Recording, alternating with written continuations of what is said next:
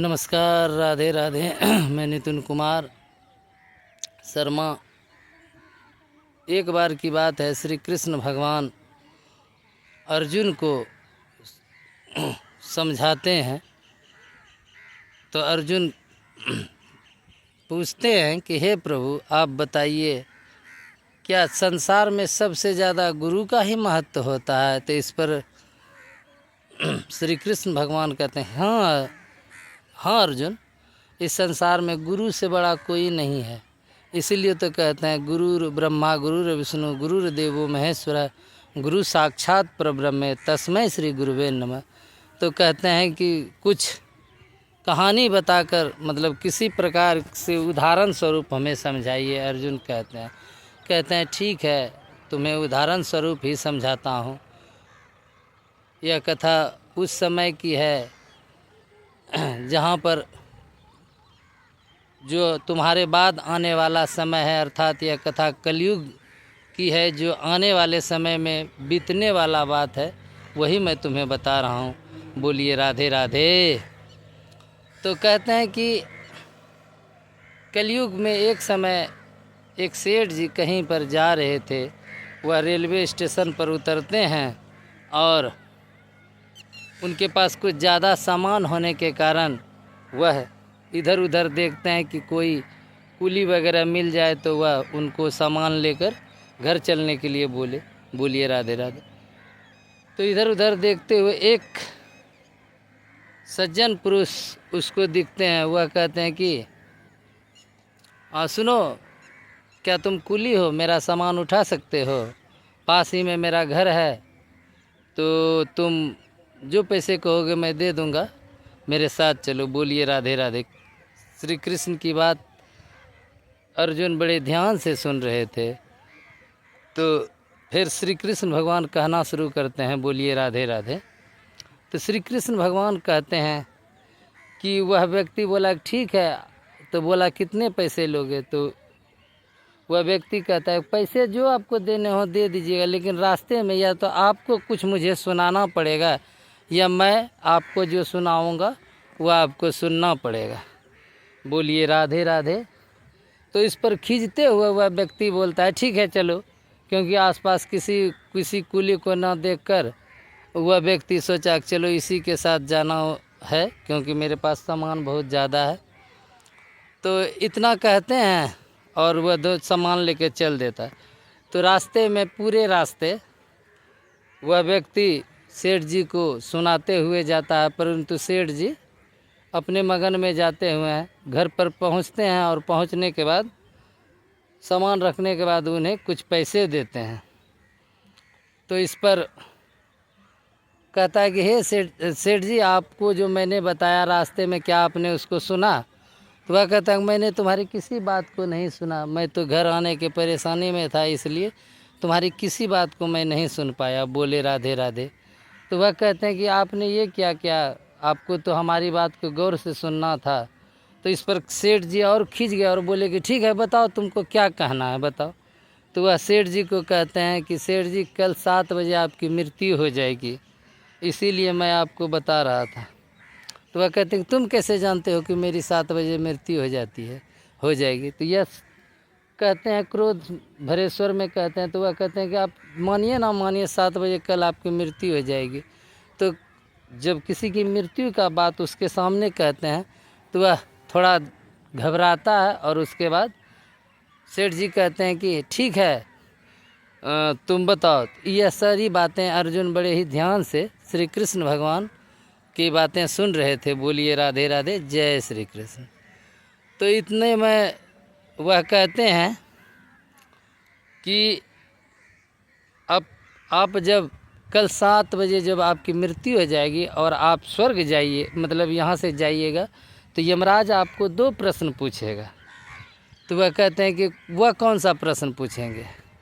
तो कहते हैं कि आपको यही पूछेंगे कि आप पहले मतलब अपने बुरे कर्मों का फल लेना चाहते हैं या आप अपने सत्कर्मों का फल लेना चाहते हैं। तो इस पर आप उनसे कहिएगा कि मैं पहले बुरे कर्मों का फल लेना चाहता हूँ और साथ ही अपने सत्कर्मों को देखना चाहता हूँ, सत्कर्मों को भी देखना चाहता होते हुए देखना चाहता हूँ। बोलिए राधे राधे। तो ठीक 7 बजे दूसरे दिन सुबह 7 बजे उस सेठ जी की मृत्यु हो गई और वह मरने के बाद यमराज के पास पहुँचे। तो यमराज जी कहते हैं कि बताओ मानव, तुम पहले किस कर्म के फल को लेना चाहोगे, बुरे कर्मों का या अच्छे कर्मों का? तो उस पर सेठ जी कहते हैं कि मैं पहले बुरे कर्मों का फल लेना चाहता हूँ और साथ में अपने अच्छे कर्मों का फल भी देखना चाहता हूँ। तो इस पर यमराज जी कहते हैं कि ये ऐसा नहीं होता है, आज तुम्हें या तो सत्कर्म का पहले फल लेना होगा या तो दुष्कर्म का फल पहले लेना होगा, बुरे कर्मों का। तो इस पर कहते हैं कि जब आप हमारी शर्त को पूरा नहीं कर सकते हैं तो फिर पूछते क्यों हैं? तो यमराज तो असमंजस में पड़ जाते हैं। बोलिए राधे राधे।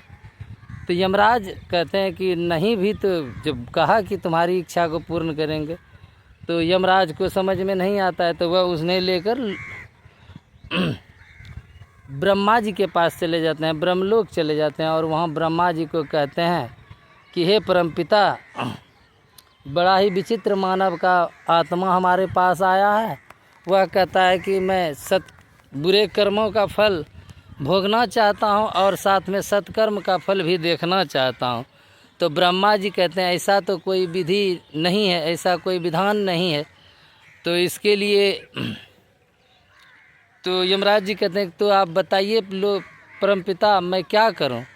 क्योंकि मेरे बस में जो है मैं वही कर सकता हूं, मैं तो प्रकृति के नियम से बना हुआ हूं। बोलिए राधे राधे। तो इस पर फिर श्री कृष्ण भगवान अर्जुन को समझाते हैं और अर्जुन बड़े ध्यान से सुनते हैं।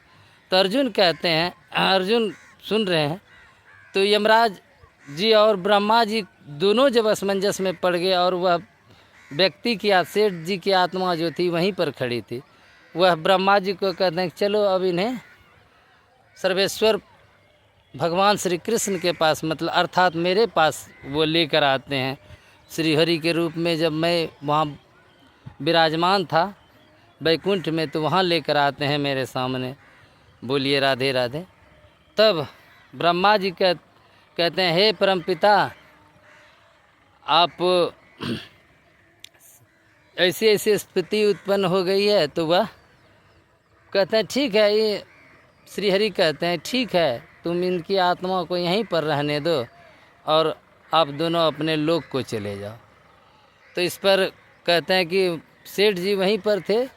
सेठ जी को कहते हैं कि बताओ तुम क्या भोगना चाहते हो? वही बात वह दोहराते हैं परमात्मा के पास। तो वह तब श्री हरि कहते हैं, बोलिए राधे राधे, जय श्री कृष्ण। तो श्री हरि कहते हैं कि हे मूर्ख, तुम तो अपने गुरु के कारण तर गए। जिनको मेरे इस रूप के दर्शन हो जाते हैं, उस आत्मा का पाप, सारा पाप पुण्य में तब्दील हो जाता है और वह सत्कर्म और सत्कर्म को ही देख सकता है। बोलिए राधे राधे, ऐसा कहते हैं।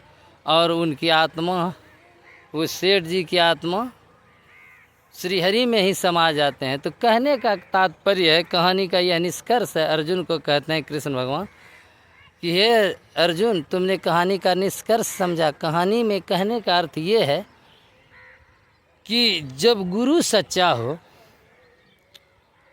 तो यदि गुरु आपको सच्चा मिल जाए और जानने वाला मिल जाए, तो फिर आपको सद्गति प्राप्त करने से कोई नहीं रोक सकता है, चाहे आपके कर्म किसी प्रकार के क्यों ना हो। बोलिए राधे राधे, जय श्री कृष्ण। आज की कहानी में इतना ही, परंतु यह बात भी जानिए कि मनुष्य को सत्कर्म का ही फल मिलता है। ये तो कहानी मनुष्य को प्रेरणा देने के लिए ही कही जाती हैं, ताकि मनुष्य प्रेरणा ले कि अपने अंतिम समय में भी उस परमेश्वर, परमपिता परमेश्वर के नज़दीक जा सके, अपने आप को ले जा सके। तो इसके लिए गुरु की आवश्यकता आवश्यक है, क्योंकि गुरु ही वह मार्ग बताते हैं जो कि आप अपने अंतिम क्षणों में मोह माया का त्याग कर सकते हैं। मोह का अर्थ होता है धन संपदा और माया का अर्थ होता है पुत्र या अपने परिवार के साथ जो मोह है, वही होता है। इन सब को दूर कर सके ऐसा मार्ग गुरु बताते हैं। बोलिए राधे राधे, जय श्री कृष्ण।